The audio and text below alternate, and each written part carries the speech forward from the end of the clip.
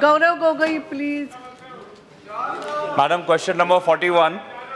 The Kakrapar unit is located in Gujarat, and the incident took place on March 11th.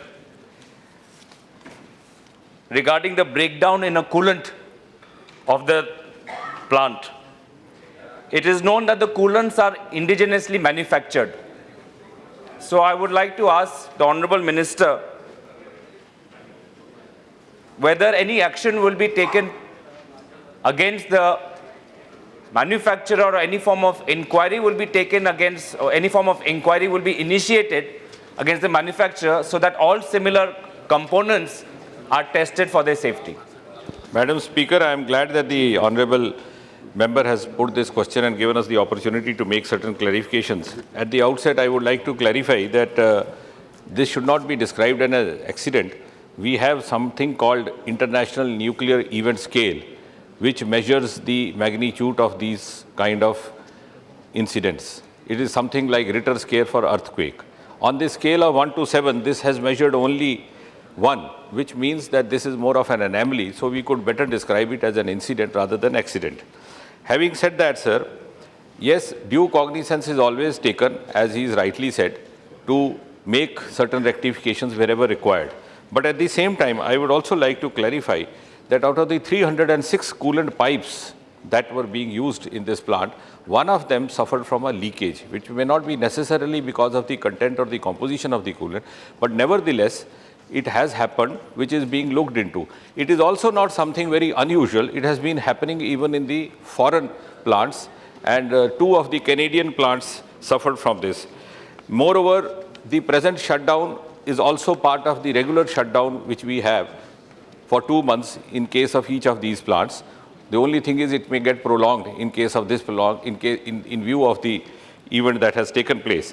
But at the same time, I'm sure since the Honourable Member has shown interest in this, he would be glad to know that overall, under the leadership of Honourable Prime Minister, our nuclear generation capacity has tremendously increased over the last 2 years. When the government came in, it was just about 35,000 million watts, which is now more than 38 million watts. And we have set before us the target of making it triple 3 times in the next 10 years. Moreover, we have also made a headway in bringing nuclear program to North India, which was not very visible earlier. In the last 1 year, we have started a plant in Gorakhpur, Haryana. We are also exploring the possibility of Bhiwandi in Haryana, Patiala district in Punjab, in Bulandshahar in UP, in Dehradun, in Uttarakhand. And therefore, we are on a very fast track, not only in expanding it, but also facilitating it. And one of the important decisions, which is rather very historical, which I also referred to in the last session, was to also have joint ventures with the other PSUs that would facilitate our financial backup. Because when we have to set up earlier, it was only the NPCIL or the Vidyut. And because of the financial constraints, they were unable to set up new plants. But the other PSUs will come and invest, and the NPCIL, which provide its technical know-how. Madam Speaker, the incident, as the Honourable Minister refers to, relates to a nuclear power plant. And every small incident should be treated with utmost seriousness. Every incident can be a potential accident, and therefore the attempt to minimize the seriousness of this event should not have, should not be attempted by the Honourable Minister. The area itself has a long history of accidents.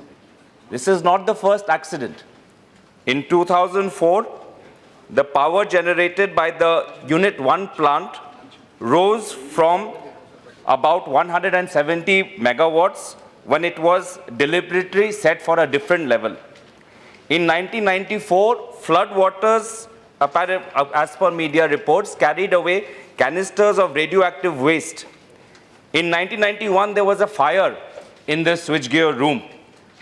So, my question to the Honourable Minister, what lessons and recommendations have emerged from the past accidents so that we ensure that no incident can be treated as a minor incident.